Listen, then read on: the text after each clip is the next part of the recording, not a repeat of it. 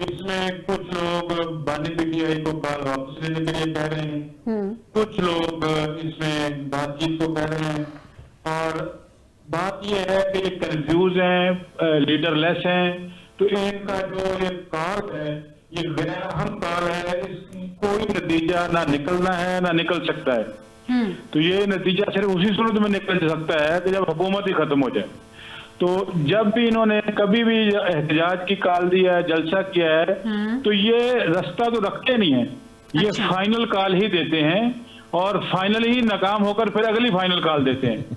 دوسری بات جہاں میں آپ کے پروگرام میں سن رہا تھا کہ عدلیہ کے بارے میں جو بل پاس ہوا ہے، جو ترمیم ہوئی ہے 26ویں آئینی ترمیم، تو اس پر بہت سارے اعتراضات ہیں. اعتراضات ہر بندہ کر سکتا ہے، لیکن مجھے یہ بتایا جائے کہ اس ترمیم سے پہلے کیا پاکستان کی عدلیہ کا جو دنیا میں عدلیہ ہیں ان میں ہمارا 10واں نمبر تھا، پہلا نمبر تھا یا آخری نمبر تھا؟ تو اس میں بھی کوئی پرفارم نہیں ہو رہا تھا. اور باقی رہ گئی یہ عباسی صاحب فرما رہے تھے کہ لیکن طاہر صاحب اگر عدلیہ کا نمبر تھا تو ابھی بھی دیکھ لیں گے عدلیہ کی کیا پرفارمنس رہتی ہے. آپ نے 2 موسٹ سینئر ججز کو بھی ان کو کسی کھاتے میں نہیں ڈالا اور ان کو سائڈ لائن کر دیا، آگے سے تیسرے کو آپ نے سپریم کورٹ کا جو ہے چیف جسٹس بنا دیا، اس سے جو 4تھے نمبر پہ ہے یا آگے 5ویں نمبر پہ ہے ان کو آگے آپ نے آئینی بینچز کا حصہ بنا دیا. تو سر یہ بھی تو ہماری عدلیہ میں پہلی دفعہ ہی ہے. فائدہ بات یہ ہے کہ اب تک ہم جب دیکھ رہے ہیں 1988 سے لے کر آگے تک، پہلے جس طرح حکومتیں کرائی جاتی رہیں، پھر ایک چار افتخار کے بعد ایک وقت آ گیا کہ اب عدالتوں کے ذریعے حکومتیں کرائی جا رہی تھی. جب اس صورتحال کو آپ روکیں گے نہیں تو کوئی حکومت نہ چل سکے گی اور نہ ملک ترقی کر سکے گا. یعنی کہ آپ عدالتوں کے ذریعے حکومتیں بچائی جائیں. جی میں میری بات مکمل ہونے دیں. جی پارلیمنٹ موجود ہے. ٹھیک. اب یہ کچھ لوگ جس طرح بھی کہہ رہے ہیں کہ یہ دھاندلی ہے، یہ وہ ہے. مجھے پاکستان کا ایک الیکشن کی ایگزامپل دیں، پچھلے الیکشن کی ایگزامپل دیں، کیا اس میں دھاندلی کے الزامات نہیں تھے؟ سر 13 میں بھی تھے. جی 13 میں الزامات تھے، تو پھر وہ سیاسی بیان بن گیا تھا جو 35 پینچر والی بات تھی. خان صاحب نے عدالت میں جا کے یہ نہیں کہا کہ وہ میرا سیاسی بیان تھا. تو یہ پاکستان کے الیکشن پر یہ ہمیشہ سے اعتراضات رہے ہیں، لیکن حقیقت یہ ہے کہ اس وقت پارلیمنٹ کا وجود ہے، پارلیمنٹ موجود ہے، اس میں بڑی لمبی ڈسکشن ہوئی ہے. جی بالکل ٹھیک ہے. آپ کو پوائنٹ اس ٹاپک پہ آپ کو پوائنٹ آ گیا. مجھے ذرا کیونکہ وقت کی قلت ہے، لاسٹ 2 منٹس رہ گئے طاہر صاحب. مجھے اپنی صرف بات مکمل کرنے دیں. پہلے ہم نے کوشش کی، اس میں لوگ ایگری نہیں ہوئے، وہ ترمیم نہیں ہو سکی. طاہر صاحب اس پہ ہم نے بارہا ڈسکشن کر چکے ہیں، آپ کو پوائنٹ بھی آ گیا، آپ کی جماعت کا بھی ہم نے موقف بارہا لیا اس پہ. مجھے یہ بتا دیں، آپ نے کہا کہ آپ اس احتجاج کو سیریس نہیں لے رہے، اس کا مطلب یہ کہ کوئی گرفتاری نہیں ہوگی، کوئی کنٹینر نہیں لگے گا، کوئی راستے نہیں روکے جائیں گے. ٹھیک ہے، آئیں احتجاج کریں، واپس چلے جائیں، بیٹھے رہیں، یہ صورتحال ہوگی. بات سنیں، اگر کوئی صرف پھر آدمی سڑک پر پھر رہا ہو تو اس سے حفاظت کے لیے آپ کو اپنے حفاظتی اقدامات کرنے پڑتے ہیں. یہ تو نہیں ہو سکتا کہ کیپٹل سٹی کو ان کے حوالے کر دیا جائے جس طرح 2014 میں کیا گیا تھا، پھر پی ٹی وی پہ حملہ اور یہ تو ہم نہیں ہونے دیں گے انشاءاللہ. تو جو جائز حق ہے، جائز طریقے سے احتجاج ہے وہ کر لیں، لیکن یہ کہیں قبضہ، کہیں توڑ پھوڑ اور کہیں املاک کو نقصان پہنچانا اور یہ دعوے کرنا، اور ایک پاکستان کی جو پروونس کی حکومت ہے وہ اپنی اسٹیٹ کے خلاف اٹھ کھڑے ہو، تو یہ تو قبول نہیں کیا جائے گا. جی ٹھیک ہے. یعنی کہ طاہر صاحب آپ ان شارٹ یہ کہہ رہے ہیں کہ لا اینڈ آرڈر کی صورتحال کو جو ہے وہ بیلنس رکھا جائے گا، لیکن کنٹینرز وغیرہ نہیں لگائے جائیں گے، راستے نہیں بند کیے جائیں گے، احتجاج کریں. ٹھیک ہے. میں نشاط صاحب سے لاسٹ پوائنٹ لے لوں.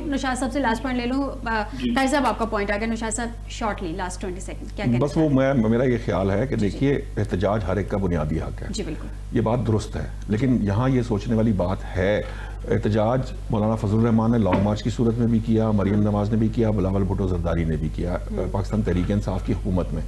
لیکن پاکستان تحریک انصاف کی حکومت نے جتنے احتجاج کیے ہیں